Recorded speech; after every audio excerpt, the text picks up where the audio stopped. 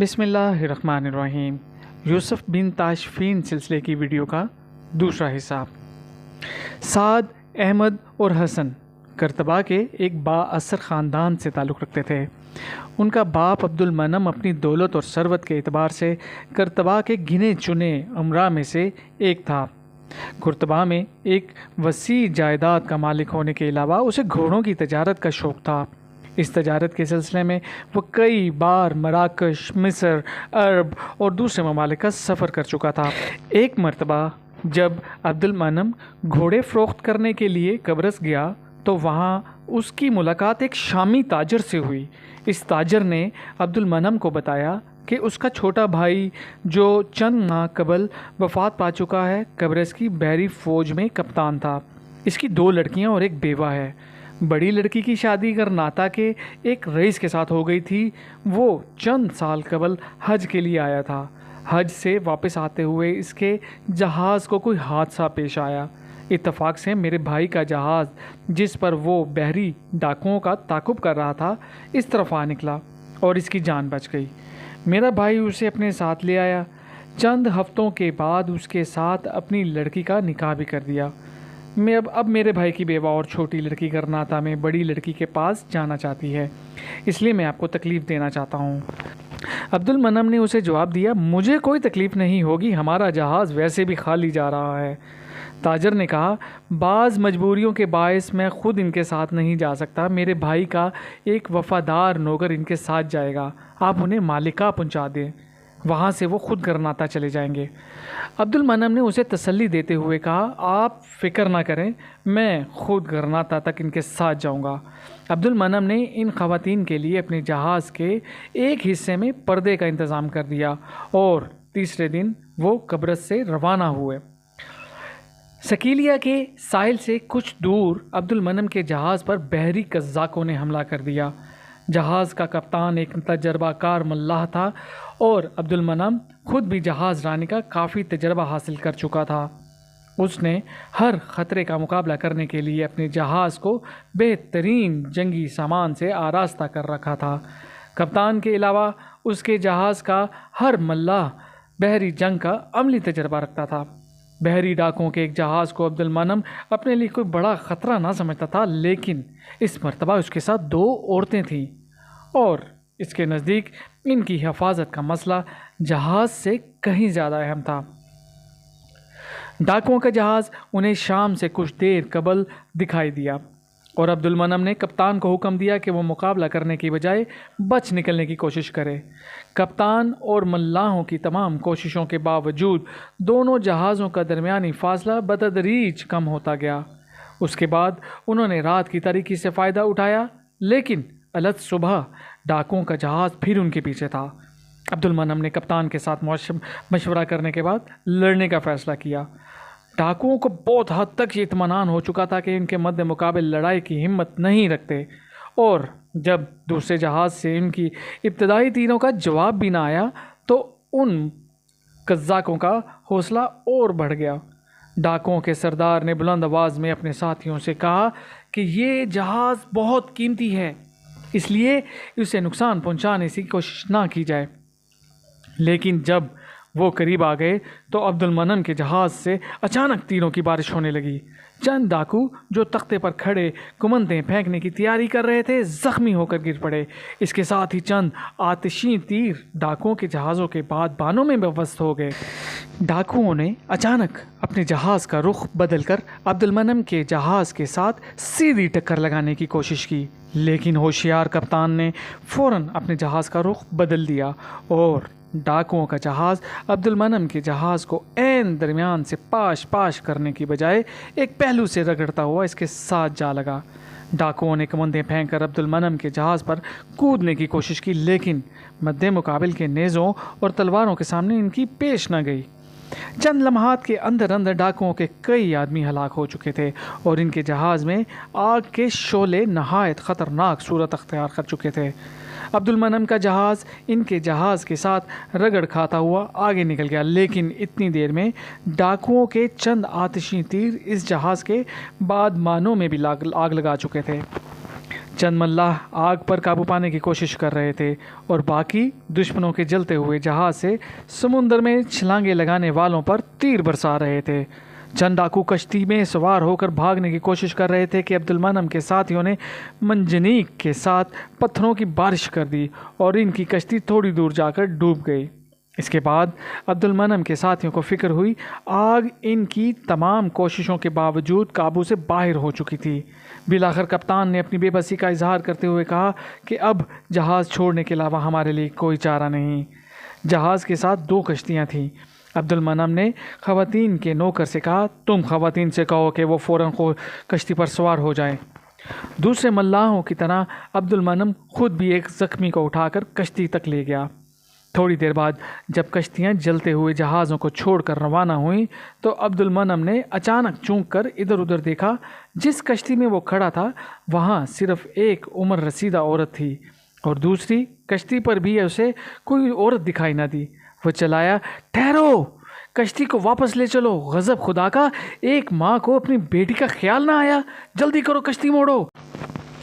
ایک ماں کے متعلق ایسی رائے نہیں رکھنی چاہیے، میں یہی ہوں۔ عبد المنعم نے حیران ہو کر اپنے قریب ایک مسلح سپاہی کی طرف دیکھا۔ اس کے سر پر آہنی خود تھا اور ہاتھ میں خون آلودہ تلوار۔ اس کی زرہ اس کے جسم کے مقابلے میں بہت کشادہ تھی۔ عبد المنعم کی حیرانی دور کرنے کے لیے کپتان نے کہا آپ نے غور نہیں کیا، یہ لڑائی میں شروع سے آخر تک ہمارے ساتھ تھیں۔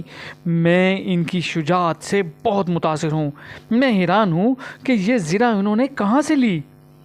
لڑکی نے جواب دیا یہ تلوار میرے ابا کی نشانی ہے۔ زرہ اور خود مجھے جہاز کے ایک کمرے سے مل گئے تھے۔ میں نے مردانہ لباس تلاش کرنے کے لیے ایک صندوق کھولا تھا لیکن وہاں سب اسی قسم کی چیزیں تھیں۔ عبد المنعم اور اس کے ساتھی سارا دن کشتیوں میں بیٹھے رہے۔ انہیں ساحل تک پہنچنے سے زیادہ اس بات کی امید تھی کہ اس طرف کوئی نہ کوئی جہاز آ نکلے گا۔ شام کے وقت شمالی افق پر کسی جہاز کے باند دکھائی دیے اور انہوں نے کشتیوں کا رخ اس طرف پھیر دیا، لیکن شام کی بڑھتی ہوئی تاریکی نے ان کی امیدوں پر پانی پھیر دیا۔ اگلے دن ان کی پریشانی مایوسی میں تبدیل ہو رہی تھی۔ خوراک کا ذخیرہ تقریباً ختم ہو چکا تھا۔ عبد المنعم کی تقلید میں اس کے تمام ساتھی پیاس کے باوجود اپنے حصے کا گھونٹ گھونٹ پانی زخمیوں کو دے رہے تھے۔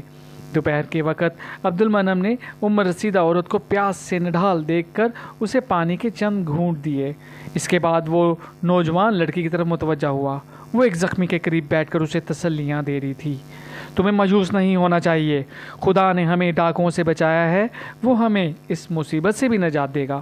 عبد المنعم نے پیالے میں پانی کے چند گھونٹ ڈالنے کے بعد اس کے قریب آ کر کہا یہ آپ کا حصہ ہے، لیجئے، اس کے بعد شاید آپ کو پانی نہ ملے۔ لڑکی نے جواب دیا میں اپنا حصہ لے چکی ہوں، آپ نے صبح سے ایک گھونٹ بھی نہیں پیا۔ عبد المنعم بولا ان حالات میں اپنے متعلق سوچ نہیں سکتا، لیجئے۔ لڑکی نے عبد المنعم کے ہاتھ سے پیالہ لے کر ادھر ادھر دیکھا اور ایک زخمی کے منہ کو لگاتے ہوئے کہا ان حالات میں بھی اپنے متعلق نہیں سوچ سکتی۔ اس لڑکی کا نام سکینہ تھا۔ عبد المنعم نے پہلے اس کے ہاتھ میں تلوار دیکھی تھی اور اپنے دل میں خوشگوار دھڑکنیں محسوس کی تھیں۔ اس کے بعد اس کے نازک ہاتھ زخمیوں کی مرہم پٹی کر رہے تھے تو وہ یہ محسوس کر رہا تھا کہ کوئی اس کے ساز حیات کے خاموش تاروں کو چھیڑ رہا ہے۔ تاہم وہ اس کے لیے ایک اجنبی تھی، لیکن ایک زخمی کو اپنے حصے کا پانی پلاتے وقت اس کے مرجھائے ہوئے چہرے پر اطمینان کی ایک غیر معمولی جھلک دیکھنے کے بعد عبد المنعم یہ محسوس کر رہا تھا کہ قدرت نے اس کے اپنے دل کی گہرائیوں سے ایک حسین تصویر نکال کر اسے زندگی عطا کر دی ہے۔ سکینہ اس کے لیے اجنبی نہیں، وہ اسے مدت سے جانتا ہے۔ انفوان شباب سے لے کر اب تک وہ اس کے دل میں بس رہی تھی۔ اس کے ذہن میں اس کے کئی نام تھے۔ تیسرے دن صبح جب بھوک، پیاس اور تھکاوٹ کے باعث عبد المنعم کے بیشتر ساتھی نیم بے ہوشی کی حالت میں کشتی میں پڑے ہوئے تھے، وہ کشتی کی پتوار سنبھالے ہوئے تھا۔ اس کی طاقت جواب دے چکی تھی، لیکن آنکھوں میں ابھی تک امید کی جھلک باقی تھی۔ اچانک دوسرے کشتی سے ایک ملاح نے ہاتھ کے اشاروں سے اسے اپنی طرف متوجہ کیا اور پھر ایک طرف اشارہ کر دیا۔ عبد المنعم نے دیکھا کچھ فاصلے پر ایک جہاز ان کی طرف آ رہا تھا۔ اس نے اپنے ساتھیوں کو آواز دینے کی کوشش کی لیکن سوکھے ہوئے گلے سے آواز نہ نکل سکی۔ جہاز پر طرابلس کا جھنڈا لہرا رہا تھا۔ عبد المنعم نے کشتی پر کھڑے ہو کر دونوں ہاتھ بلند کر دیے اور جب جہاز کے تختے پر سے ملاح اپنے ہاتھ ہلا کر اس کے اشاروں کا جواب دینے لگے تو وہ آگے بڑھ کر سکینہ کو ہوش میں لانے کی کوشش کرنے لگا۔ سکینہ نے آنکھیں کھولیں۔ عبد المنعم نے اسے اپنے بازوؤں کا سہارا دے کر بٹھاتے ہوئے دوسرے جہاز کی طرف اشارہ کر دیا۔ یہ جہاز سبتا جا رہا تھا۔ اگلے دن جب سکینہ عرشے پر کھڑی غروب آفتاب کا منظر دیکھ رہی تھی، عبد المنعم اس کے قریب آ کر کہا، ہم پرسوں تک سبتا پہنچ جائیں گے، وہاں سے ہمیں مالکہ کا جہاز مل جائے گا۔ سکینہ نے مڑ کر اس کی طرف دیکھتے ہوئے کہا، مجھے آپ کے جہاز کی تباہی کا بہت افسوس ہے۔ آپ کے کپتان کو بہت بڑا صدمہ ہوا ہے۔ ہمارا آنا آپ کے لیے اچھا شگون نہ ہوا۔ نہیں، بلکہ آپ کی وجہ سے ہماری جانیں بچ گئیں۔ سکینہ دوبارہ افق کی طرف دیکھنے لگی۔ عبد المنعم نے کچھ دیر خاموش رہنے کے بعد کہا، میں ابھی تمہاری والدہ کے پاس ایک درخواست لے کر گیا تھا۔ میں ایک سپاہی ہوں۔ مجھے معلوم نہیں کہ مجھے کس طرح بات کرنی چاہیے تھی، تاہم انہوں نے میری بات کا برا نہیں مانا۔ عبد المنعم یہاں تک کہہ کر رک گیا، پھر ایک فیصلہ کن انداز میں بولا، میری درخواست تمہارے متعلق تھی۔ کشتی پر مصیبت کی آخری رات میں سوچ رہا تھا کہ اگر اگلی شام تک قدرت نے کسی کو ہماری مدد کے لیے نہ بھیجا تو ہم شاید زندگی کی ایک اور صبح نہ دیکھ سکیں۔ میں موت سے کبھی نہیں ڈرا، لیکن اس مرتبہ مجھے اپنی زندگی پہلے کی نسبت کہیں زیادہ عزیز تھی۔ چاند کی روشنی میں تمہارا مرجھایا ہوا چہرہ دیکھ کر میں نے بارہا تم سے کچھ کہنے کی ضرورت محسوس کی، لیکن میرے سوکھے ہوئے حلق سے آواز نہ نکلی۔ لیکن تم سمجھ گئی ہوگی کہ میں کیا کہنا چاہتا تھا۔ میں کچھ نہیں سمجھی، سکینہ نے اپنے دل کی دھڑکنوں پر قابو پانے کی کوشش کرتے ہوئے جواب دیا۔ میں یہ کہنا چاہتا تھا کہ مرتے وقت میرے ذہن میں آخری سوال یہ ہوگا کہ ہم دونوں ایک دوسرے کے لیے پیدا ہوئے تھے۔ سکینہ نے جھجکتے اور شرماتے ہوئے سوال کیا، امی جان سے آپ نے کیا کہا ہے؟ ان سے میں نے بہت کچھ کہا ہے اور وہ شاید تم سے بھی کچھ کہیں گی، لیکن تم سے میں صرف ایک مختصر سا سوال کا جواب پوچھنے آیا ہوں۔ تمہیں میری رفیقہ حیات بننے پر کوئی اعتراض تو نہیں؟ سکینہ نے ایک ثانیے کے لیے عبد المنعم کی طرف دیکھا اور کچھ کہے بغیر وہاں سے چل پڑی۔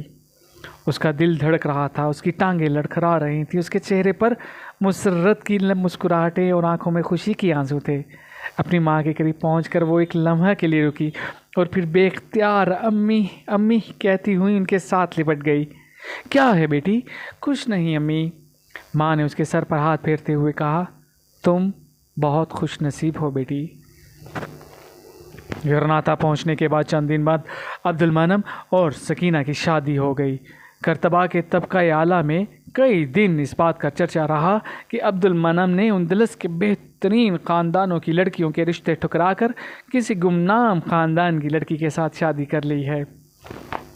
سکینہ کو اپنے خاوند کی عزت اور شہرت کا صحیح اندازہ نہ تھا۔ وہ صرف یہ جانتی تھی کہ وہ ایک تاجر ہے جو جہاز ڈوب جانے کے باعث اپنا بہت کچھ کھو چکا ہے، لیکن جب کرتبہ آ کر عبد المنعم کا عالی شان محل دیکھا تو وہ دنگ رہ گئی۔ عبد المنعم اسے رہائشی مکان کے خوبصورت کمرے میں بٹھا کر دیوان خانے میں ان دوستوں کے پاس چلا گیا جو مبارکباد دینے کے لیے جمع ہو رہے تھے، اور سکینہ کو کرتبہ کے اونچے طبقے کی خواتین نے گھیر لیا۔ کوئی اس کے لباس اور کوئی اس کے بالوں کی بناوٹ کے متعلق رائے زنی کر رہی تھی۔ سکینہ حیران تھی کہ اس کی تعریف ہو رہی ہے یا مذمت۔ کرتبہ کی خواتین بات بات پر شعر پڑھتی تھیں، پھر ایک دوسری سے ان شعروں کا مطلب پوچھتی تھیں۔ اس کے بعد وہ بحث کرتی تھیں کہ شعر کا اصلی مفہوم کیا ہے۔ بالآخر وہ دلہن کی طرف متوجہ ہو کر پوچھتی، آپ بتائیں، آپ کے خیال میں فلاں شعر کا کیا مطلب ہے؟ سکینہ کے پاس ان سوالات کا کوئی جواب نہ تھا۔ وہ مبہوت سی ہو کر ان کی طرف دیکھ رہی تھی۔ ایک شوخ و طرار لڑکی نے کہا، دیکھو جی، میری بھابھی کو تنگ نہ کرو، انہیں شاعری سے کوئی لگاؤ نہیں، کوئی اور بات کرو۔ ہاں، انہیں موسیقی سے رغبت ہے۔ سکینہ نے معصومانہ انداز میں جواب دیا، نہیں، مجھے موسیقی کے ساتھ بھی کوئی رغبت نہیں۔ تو پھر آپ کیا جانتی ہیں؟ لڑکی نے ایک شرارت امیز مسکراہٹ کے ساتھ سوال کیا۔ سکینہ کا پیمانہ لبریز ہو چکا تھا۔ اس نے کہا، میں کچھ نہیں جانتی۔ اگر آپ کو اس بات سے تسکین ہو سکتی تو مجھے اس بات کا اعتراف کرنے میں کوئی عار نہیں کہ میں ایک غریب سپاہی کی لڑکی ہوں۔ میرے والدین نے مجھے شاعری اور موسیقی کی تعلیم نہیں دی، وہ میرے لیے فقط قرآن کی تعلیم کافی سمجھتے تھے۔ انہوں نے مجھے بتایا کہ لباس جسم ڈھانپنے کے لیے ہے، نمائش کی چیز نہیں ہے۔ میں نے تہذیب و تمدن کے اس گہوارے میں آنکھ کھولی تھی جہاں ایک عورت صرف ایک بیٹی، ایک بیوی اور ایک ماں کی حیثیت سے پہچانی جاتی ہے۔ آپ کے سامنے فخر اور غرور کے لیے میرے پاس کچھ نہیں، صرف ایک بات ہے جسے سننا شاید آپ پسند نہ کریں، اور وہ یہ ہے کہ میں وہ سب کچھ ہوں جو میرے شوہر کو پسند ہے، اور میرا شوہر وہ سب کچھ ہے جس کی میں خواہش کر سکتی تھی۔ ایک عمر رسیدہ عورت نے سکینہ کے سر پر ہاتھ رکھتے ہوئے کہا، بیٹی، تم ان سب سے زیادہ جانتی ہو۔ میں عبد المنم کے حسن انتخاب کی داد دیتی ہوں۔ غرناطہ میں سکینہ کی بڑی بہن کا خاوند ابو صالح ایک با اثر رئیس تھا۔ سکینہ کی ماں کچھ عرصہ اپنی بڑی بیٹی کے پاس رہنے کے بعد کرتبہ آ گئی۔ شادی کے 1 سال بعد عبد المنم کا بڑا لڑکا سعد پیدا ہوا۔ سعد کی پیدائش سے 3 ماہ بعد سکینہ کی ماں چند دن بیمار رہنے کے بعد چل بسی۔ سعد کی پیدائش سے 2 سال بعد عبد المنم کا دوسرا بیٹا پیدا ہوا۔ سکینہ کی بڑی بہن کے ہاں کوئی اولاد نہ تھی، اس لیے وہ سکینہ کے بچوں کے ساتھ بے حد پیار کیا کرتی تھی۔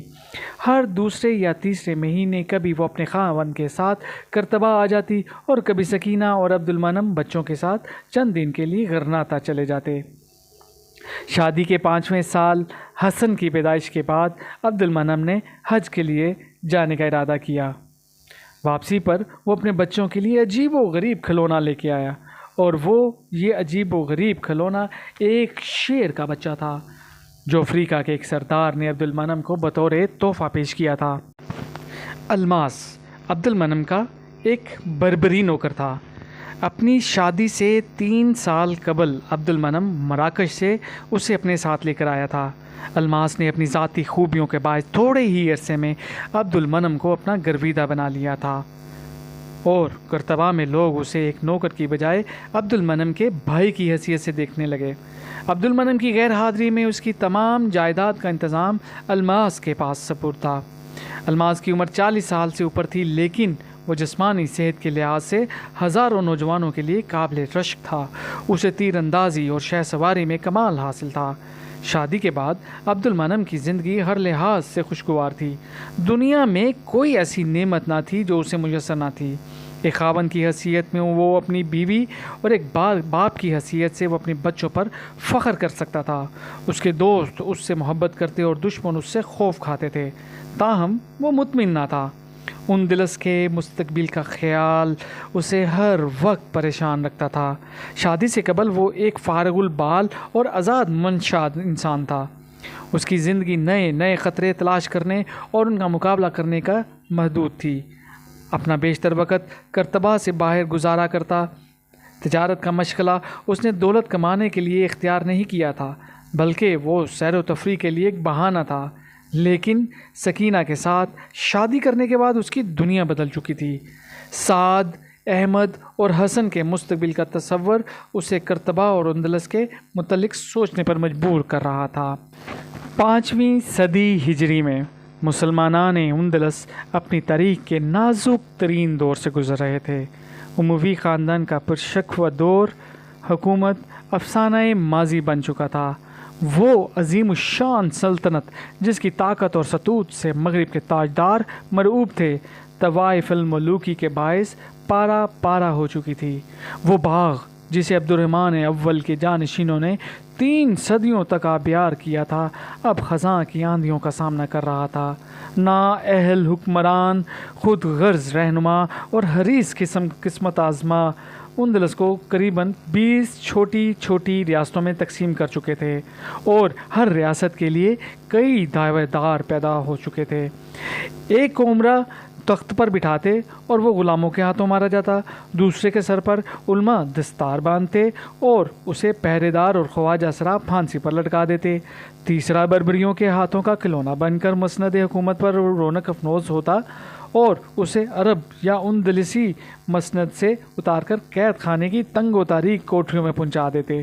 چوتھا، عوام کے کاندھوں پر سوار ہو کر چند دن ایوان حکومت کی سیر کرتا، اور جب عوام کا جوش و خروش کم ہو جاتا تو یہ خبر سنی جاتی کہ ان کے محبوب حکمران کی لاش غسل خانے کے آتش دان سے برآمد ہوئی۔ قرطبہ، جو اموی اقتدار کے زمانے میں مغرب کے لیے روشنی کا مینار تھا، جس کے سپاہی کسی زمانے میں فرانس کے دروازوں پر دستک دیا کرتے تھے، جس کے باغات اور عمارتیں بغداد کے معماروں کے لیے باعث رشک تھیں، اب ایک ایسی لاش بن چکا تھا۔ اقتدار پسند عناصر گدھوں کی طرح نوچ رہے تھے۔ چند سالوں کے عرصے میں حکومت کے کئی امیدوار گمنامی کے پردوں سے نکل کر مسند حکومت اور مسند حکومت سے نکل کر مقتل یا قید خانے میں پہنچ چکے تھے۔ قرطبہ میں اس بد نظمی اور انتشار کے باعث اندلس کا ہر ضلع ایک علیحدہ سلطنت اور ہر بڑا شہر کسی خاندان کا دارالامارت بن چکا تھا۔ گرناطہ اور اس کے قرب و جوار کے علاقے بنی زیری کے تصرف میں تھے۔ سرکستہ اور لاردہ پر بنو ہود قابض تھے۔ تلیتا پر بنو زنون، اشبیلیہ پر بنو عباد، قرطبہ پر بنی جہود، الامیریہ پر بنی سماوہ، بطیوس پر بنی افتس، شلب پر بنی مزین، سہلہ پر بنی عزین، ولبہ پر بنی بکر، کرمونا پر بنی رضا اور مالکا پر بنی حمود قبضہ جما چکے تھے۔ شیروں کی کچھاریں گیدڑوں کی یہ مارجگاہیں بن چکی تھیں۔ عقابوں کے نشیمن زاغوں کے تصرف میں آ چکے تھے۔ اٹھائے گیر، چور اور اچکے عدل و انصاف کی کرسیوں پر براجمان تھے۔ ملوک و طوائف میں سے بیشتر ایسے تھے کہ انہیں ان کی سیرت اور کردار کے لحاظ سے جرائم پیشہ لوگوں کی صف میں شامل کیا جا سکتا تھا۔ بعض ریاستیں ایسی بھی تھیں جن کی سرحدیں فقط ان کے قلعوں تک محدود تھیں، لیکن اس کے باوجود یہ لوگ امیر، بادشاہ، سلطان اور خلیفۃ المسلمین کہلانا پسند کرتے تھے۔ وہ حریر و اطلس کی قبائیں اور جواہرات سے مرصع ٹوپیاں پہنتے تھے۔ اپنے لیے القابات کے انتخاب میں بھی وہ دور زوال کے عباسی خلفاء سے پیچھے نہ تھے۔ کوئی مہدی تھا، کوئی الناصر، کوئی المنصور، کوئی المقتدر باللہ، کوئی المؤید باللہ، کوئی المعتصم باللہ، کوئی الموفق باللہ، کوئی المعتضد باللہ، کوئی المعتمد باللہ، کوئی المعزز باللہ اور کوئی الممون باللہ کہلانا پسند کرتا تھا۔ غالباً اسی زمانے کا ایک شاعر ان 9 دولت نکالوں کے متعلق لکھتا ہے: جب میں سرزمین اندلس میں ہر طرف سے مقتدر و معتمد کے الفاظ سنتا ہوں تو مجھے نفرت ہوتی ہے۔ ان لوگوں کے لیے بے جا شاہی القابات بالکل ایسے معلوم ہوتے ہیں جیسے کوئی بلی اپنے آپ کو پھلا پھلا کر شیر کی سی صورت اظہار کرے۔ ان خود سر حکمرانوں کے درباروں میں مفکروں، سیاستدانوں اور انتظامی قابلیت رکھنے والوں کی جگہ مغنیوں، مسخروں اور خوشامدی شاعروں نے لے لی تھی۔ جب کسی قوم میں زندہ رہنے کی صلاحیت ختم ہو جاتی ہے تو ان کا شعر و ادب میں بھی اس کے لیے افیون کا کام سر انجام دیتا ہے۔ زندہ قوم کے شاعر شاہراہ ترقی میں قوم کے نقیب بن جاتے ہیں، اور ان کا کلام بعض اوقات مردوں میں بھی زندگی کی حرارت پھونک دیتا ہے۔ لیکن اندلس کے اس دور زوال کے شاعروں کی تمام صلاحیتیں نااہل حکمرانوں کی مدح سرائی کے لیے وقف تھیں۔ ہر امیر کی خدمت کے لیے شاعروں کا ایک گروہ موجود رہتا تھا۔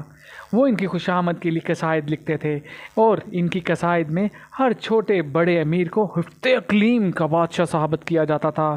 بعض امیروں کا یہ حال تھا کہ ان کی فوج کی تعداد انگلیوں پر گنی جا سکتی تھی، لیکن درباری شاعروں کا یہ فرض تھا کہ وہ انہیں دنیا کا سب سے بڑا فاتح ثابت کریں۔ بعض کے خزانوں میں اتنا روپیہ بھی نہ تھا کہ وہ ان عظیم الشان عمارتوں کی مرمت ہی کروا سکیں جو ان کے اسلاف کی یادگاریں تھیں، لیکن ان کا قصیدہ گو شاعر ان کی دولت اور ثروت کی تعریف میں زمین و آسمان کے کلابے ملا دیتے تھے۔ امیر سے انعام حاصل کرنے کے لیے یہ ضروری تھا کہ ان کی مدح سرائی کے ساتھ ساتھ دوسرے امراء کی مذمت کی جائے، اس لیے قصیدہ گوئی کے ساتھ ساتھ حجو گوئی یعنی ان کی برائی کا فن بھی اوج کمال تک پہنچ چکا تھا۔ جس امیر کے شاعر ان کی تعریف میں بہترین قصائد اور ان کے مخالفین کی مذمت میں بہترین حجو لکھتے، وہ یہ سمجھتا تھا کہ وہ دنیا کی نگاہوں میں اس کا درجہ اونچا ہو گیا ہے۔ قرطبہ، اشبیلیہ اور غرناطہ کے اسلحہ خانوں میں اب موسیقی کے آلات بنائے جاتے تھے، اور شہروں سے باہر کھلے میدانوں میں جہاں لوگ کسی زمانے میں سپاہیوں کی نیزہ بازی اور تیر اندازی کے کمالات دیکھا کرتے تھے، اب شعر کہنے اور شعر کی داد دینے والوں کی ٹولیاں نظر آیا کرتی تھیں۔ شاعری کی وبا سے وہ عظیم الشان درسگاہیں بھی محفوظ نہ تھیں جہاں ریاضی، طب، تاریخ، فلسفہ، طبیعیات، علوم دین کے متلاشی دور دراز سے چل کر آیا کرتے تھے۔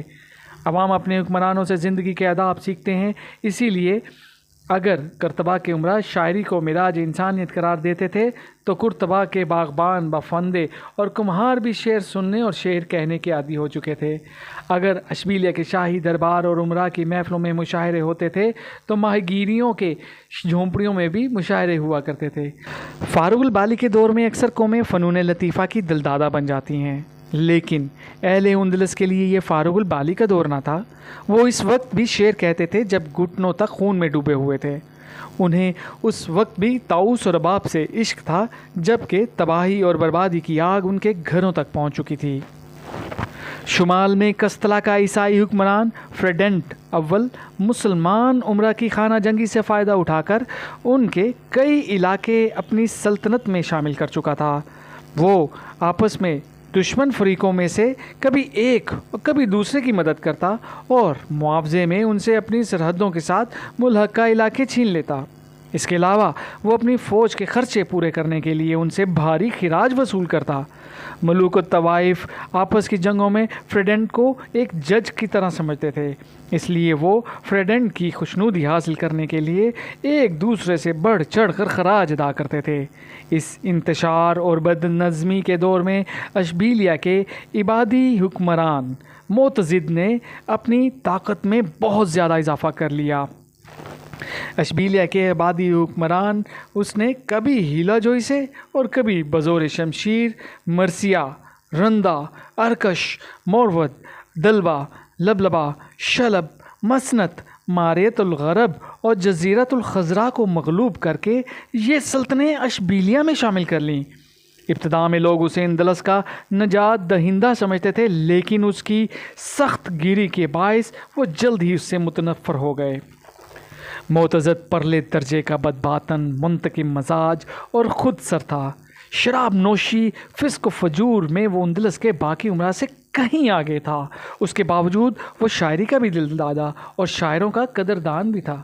اس کے قواعد جسمانی جسم کے اعضاء اس قدر مضبوط تھے کہ کثرت عیاشی کے باوجود سخت محنت کا عادی تھا۔ مغلوب دشمنوں کو اذیتیں دے کر قتل کرنے سے اسے ایک لذت حاصل ہوتی تھی۔ وہ دشمن کی کھوپڑیوں میں پودے لگواتا تھا، ان پودوں سے اپنے کثر کے صحن کو آراستہ کرتا تھا۔ یہ اس کا باغ تھا۔ بڑے بڑے امیروں کی کھوپڑیاں اس نے ایک صندوق میں بند کر کے محل کے تہ خانے میں رکھی ہوئی تھیں۔ اس نے اپنے بیٹے اسماعیل کو حکم عدولی کے جرم میں اپنے ہاتھوں سے ذبح کیا تھا۔ معتزد نے غرناطہ کے بربری حکمران باویلس کے چند شہر اس سے چھین لیے۔ ایک مرتبہ جب وہ رندہ میں تھا، بعض بربری سرداروں نے اسے قتل کرنے کا ارادہ کیا، لیکن رندہ کے ایک امیر کے رشتہ دار نے انہیں روک دیا۔ تاہم معتزد اب اپنے خلاف ایسا سوچنے والوں کو بھی معاف کرنے کے لیے تیار نہ تھا۔ اس نے اشبیلیہ پہنچ کر رندہ، مورود، ارکش اور سریش کے ساتھ بربری روسا کی ضیافت کی۔ انہیں کھانے سے پہلے اپنے عجیب و غریب حمام میں غسل کرنے کے لیے بھیج دیا۔ بربری اور اس وسیع حمام میں لطف اندوز ہو رہے تھے کہ باہر نکلنے کے تمام دروازے اور ہوا کے تمام راستے بند ہو گئے۔ اس کے ساتھ ہی گرم حمام اس قدر گرم ہو گیا کہ وہ تڑپتے ہوئے موت کی آغوش میں سو گئے۔ معتزد کے اس فعل سے غرناطہ اور اس کے ہمسایہ سلطنتوں میں عربوں اور بربریوں کی نزاع ایک نئی شدت کے ساتھ شروع ہوئی۔ معتزد نے قرطبہ پر بھی کئی حملے کیے، لیکن قرطبہ کی تسخیر کی خواہش پوری نہ کر سکا۔ معتضد کی اس حکمت عملی کا نتیجہ یہ ہوا کہ باقی ملوک الطوائف نے اس کی ہوس ملک گیری سے بچنے کے لیے قسطلہ کے عیسائی حکمران کو اپنا سرپرست اور محافظ بنا لیا اور اسے خراج ادا کرنے لگے۔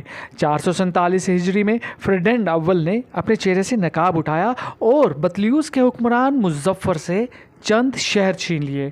449 ہجری میں اس نے سرکستہ کے چند علاقے بھی چھین لیے۔ اندلس میں معتضد کی سلطنت اشبیلیہ کے بعد اب تلیطلا کی سلطنت سب سے طاقتور تھی اور تلیطلا کا امیر مامون الزانون بھی قرطبہ پر قابض ہونے کے لیے بےتاب تھا، لیکن فریڈینڈ نے اس کے بعض علاقے بھی چھین لیے۔ مامون نے لڑنے کی بجائے اسے خراج دینا منظور کیا۔ سرکستہ کا حکمران بھی فریڈینڈ کا باجگزار بن گیا۔ اس کے بعد اشبیلیہ کی باری آئی۔ اہل اشبیلیہ کو معتضد سے یہ توقع تھی کہ وہ قسطلہ کے عیسائی حکمران کے جارحانہ اقدام کا ڈٹ کر مقابلہ کرے گا، لیکن معتضد نے بھی فریڈینڈ کو خراج دینا منظور کر لیا۔ معتضد کی اس کمزوری کے بعد ان لوگوں کی مایوسی کا اندازہ کرنا مشکل نہیں جو صرف اس امید پر اس کی صفاقی برداشت کر رہے تھے کہ وہ کسی دن اندلس کے مسلمانوں کو اس خطرے عظیم سے نجات دلائے گا جو قسطلہ کی سلطنت پر پل رہا تھا۔ اندلس کے کسی چوراہے میں اگر دو سنجیدہ آدمیوں کی ملاقات ہوتی تو ان کی گفتگو کا پہلا فقرہ یہ ہوتا کہ اب ہمارا کیا انجام ہوگا۔ فریڈینڈ اول کی موت کے بعد الفانسو ششم صلیب کا جھنڈا جبل الطارق تک لے جانے کا عہد کر چکا تھا۔ دوسری طرف معتضد کی موت کے بعد اشبیلیہ کی حکومت ایسے نوجوان کے ہاتھ آ چکی تھی جس کا سب سے بڑا کمال شاعری تھی۔ معتضد کے بیٹے نے مسند حکومت پر رونق افروز ہو کر اپنے لیے معتمد باللہ کا لقب پسند کیا۔ 458 ہجری میں فریڈینڈ مر گیا، لیکن مسلمانان اندلس کو اہل قسطلہ کی چیرہ دستیوں سے نجات نہ ملی۔ الفانسو ششم نے قسطلہ کے تخت پر قابض ہوتے ہی اسپین کے شمال میں عیسائیوں کی چھوٹی سلطنتوں کو اپنے جھنڈے تلے جمع کر لیا۔ قسطلہ کے ساتھ ہی لیون، جلیکیا اور النوار کے الحاق سے الفانسو کی طاقت میں بہت اضافہ ہوا۔ اس کے بعد اس نے اسلامی اندلس کی طرف توجہ کی۔ فریڈینڈ کے طریقہ کار پر عمل کرتے ہوئے ملوک الطوائف کو یکے بعد دیگرے اپنا باجگزار بنا لیا۔ الفانسو کی ہوس ملک گیری اتنی بڑھ گئی اور اندلس میں ملوک الطوائف کی چھوٹی چھوٹی سلطنتوں کی حدود جنوب کی طرف سمٹتی گئی۔ الفانسو ایک امیر کی پیٹھ پر ہاتھ رکھتا اور دوسرے کو دھمکی دے کر اس سے بعض علاقے چھین لیتا، پھر دوسرے کو دوست بنا لیتا اور تیسرے کو اپنے مطالبات ماننے پر مجبور کر دیتا۔ اب کسی کو شبہ نہ تھا کہ الفانسو اندلس کے مسلمانوں کے ڈگمگاتے ہوئے اقتدار کو آخری ضرب لگانے کا عزم کر چکا ہے۔ عوام جنہیں الفانسو کا خراج مہیا کرنے کے لیے اپنی آمدنی کا بیشتر حصہ اپنے نااہل امراء کی نظر کرنا پڑتا تھا، انتہائی اضطراب کے دن گزار رہے تھے۔ بھاری ٹیکسوں کے باعث اندلس کے مسلمانوں کی صنعت و حرف و زوال پذیر تھی۔ بعض امراء نے عوام کا زیادہ سے زیادہ خون چوسنے کے لیے ٹیکس وصول کرنے کا کام یہودی اہلکاروں کے سپرد کر رکھا تھا۔ حق پرستوں کی نگاہیں کسی نجات دہندہ کی تلاش میں تھیں۔ اشبیلیہ کا حکمران معتضد کے مرنے کے بعد اس کا بیٹا امیر معتمد باللہ ایک بلند پایہ شاعر تھا، لیکن ایک قوم کی بدقسمتی نے اسے حکمران بنا دیا تھا۔ معتمد باللہ کے وزیر، عہدیدار، فوجی، افسران، ان کی بیگمات، لونڈیاں اور اس کے خواجہ سرات سب کے سب شاعر تھے۔ ابن عمار ایک پریشان روزگار شاعر تھا۔ چند سال قبل معتضد جب حکمران تھا، اس نے شلب فتح کرنے کے لیے جو فوج روانہ کی، اس کی سپہ سالاری اپنے کمسن بیٹے معتمد کے سپرد کی۔ محاصرہ شلب کے دوران میں ابن عمار سے اس کی ملاقات ہوئی۔ ابن عمار نے معتمد کی شان میں پہلا قصیدہ لکھ کر ہی اسے اپنا گرویدہ بنا لیا۔ شلب فتح کرنے کے بعد معتمد وہاں کا گورنر مقرر ہوا تو اس نے ابن عمار کو اپنا مشیر بنا لیا۔ معتمد ایک پیدائشی شاعر ہونے کے باوجود سپاہیانہ خصلتوں کا مالک تھا۔ اگر اسے جوانی کی ابتدا ہی میں کچھ ایسے مصاحب، رفیق یا دوست مل جاتے تو ممکن تھا کہ اندلس کی ترقی اور خوشحالی کا نیا دور اس کے مرہون منت ہوتا، لیکن ابن عمار کی رفاقت نے اسے پرلے درجے کا عیش پسند بنا دیا۔ شلب میں معتمد باللہ نے ابن عمار کے ساتھ جس عیش و نشاط کے دن گزارے ان کا ذکر اس کے کلام میں موجود ہے۔ معتضد کی وفات کے بعد معتمد باللہ نے سلطنت کی باغ دوڑ سنبھال لی تو اس نے ابن عمار کی درخواست پر اسے شلب کا گورنر مقرر کر دیا۔ یہ وہی شہر تھا جہاں لوگ کبھی اس کی مفلسی کا مذاق اڑایا کرتے تھے۔ ابن عمار شلب میں شاہانہ کر و فر کے ساتھ داخل ہوا۔ کسی زمانے میں وہ اس شہر کے تاجروں کی قصیدے لکھا کرتا تھا، اب شلب کے شاعروں کا ایک لشکر اس کے پیچھے تھا۔ ابن عمار نے سب سے پہلے اس شخص کو چاندی کی تھیلی بھر کر بھیجی جس نے چند سال قبل ایک قصیدے کے عوض جو کا ایک توبرہ بھیجا تھا۔ اس کے ساتھ ہی یہ بھی کہلا بھیجا کہ اگر تم مجھے جو کی بجائے گندم دیتے تو آج میں تمہیں چاندی کی بجائے سونا دیتا۔ ابن عمار نمائشی شان و شوکت کا بھوکا تھا۔ شلب کا خزانہ اس کے دربار کی زینت، رقص و سرور کی محفلوں اور شراب و کباب کی دعوتوں پر صرف ہو رہا تھا۔ معتمد کی دلجوئی کے لیے اشبیلیہ میں شاعروں کی کمی نہ تھی، لیکن ابن عمار کی جدائی وہ دیر تک برداشت نہ کر سکا، یہاں تک کہ اس نے ابن عمار کو شلب سے اشبیلیہ بلا لیا اور سلطنت کی وزارت اسے سونپ دی۔ معتمد کے دربار میں رسائی حاصل کرنے کے لیے شاعری پہلا اور آخری زینہ تھا، اس لیے سلطنت کے تمام بڑے بڑے عہدوں پر شاعروں کا قبضہ تھا۔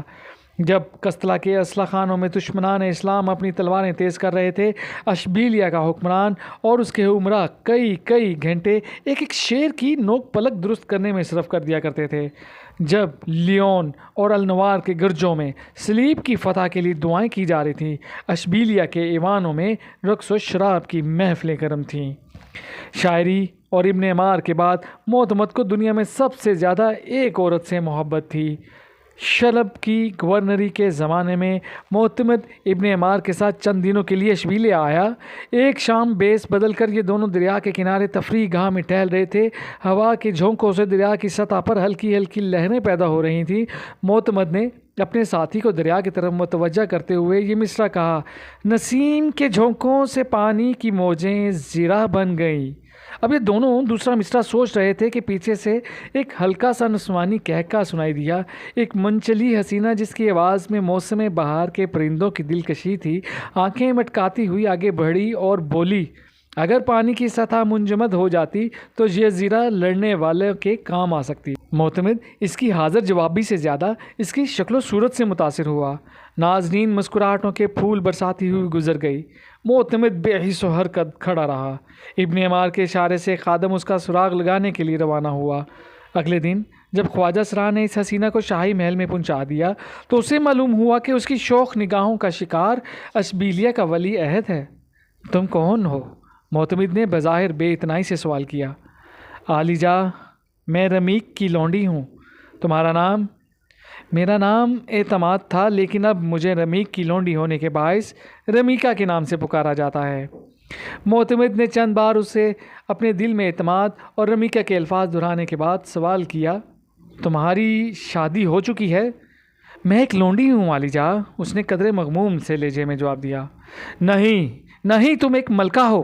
میرا مطلب ہے کہ اگر تمہیں اعتراض نہ ہو تو اشبیلیہ کا ولی ہے تمہیں اپنے سر تاج کا ہیرا بنانے کے لیے تیار ہے۔ عالی جاں، آپ مذاق کرتے ہیں؟ رمیکا نے اپنے جذبات پر قابو پانے کی کوشش کرتے ہوئے کہا۔ معتمد نے کہا: میرے سوال کا جواب دو رمیکا، کیا تمہیں میری رفیقہ حیات بننا منظور ہے؟ رمیکا نے آنکھوں میں آنسو بھرتے ہوئے جواب دیا: میں آپ کی کنیز بننا بھی اپنے لیے باعث فخر سمجھتی، لیکن رمیک کی لونڈی کے تخیل کی پرواز اس محل کی چار دیواری تک کیسے پہنچ سکتی ہے؟ میں رمیک سے تمہاری آزادی خرید چکا ہوں، اب تمہاری پرواز پر کوئی پابندی نہیں۔ میرے سوال کا جواب دو۔ رمیکا مسکرائی: شہزادے، اگر آپ دل لگی نہیں کرتے تو میں آپ کے ہر سوال کا جواب دے چکی ہوں۔ رمیکا کے ساتھ شادی کرنے کے بعد معتمد کے لیے ہر صبح مسرت، ہر شب نجات، ہر شب نشاط تھی۔ رمیکا بزلہ سنجی، شیریں کلامی، خوش دل ادائی اور حاضر جوابی میں اپنی مثال آپ تھی۔ اس کی ہر خواہش کو پورا کرنا معتمد اپنی زندگی کا اولین فرض سمجھتا تھا۔ حق گو اس بات سے نالاں تھے کہ رمیکا نے معتمد کو عیش و نشاط اور لہو لعاب میں مبتلا کر رکھا ہے، لیکن رمیکا کے پاس ایسی شکایت کے جواب میں حقارت امیز تبسم کے سوا کچھ نہ تھا۔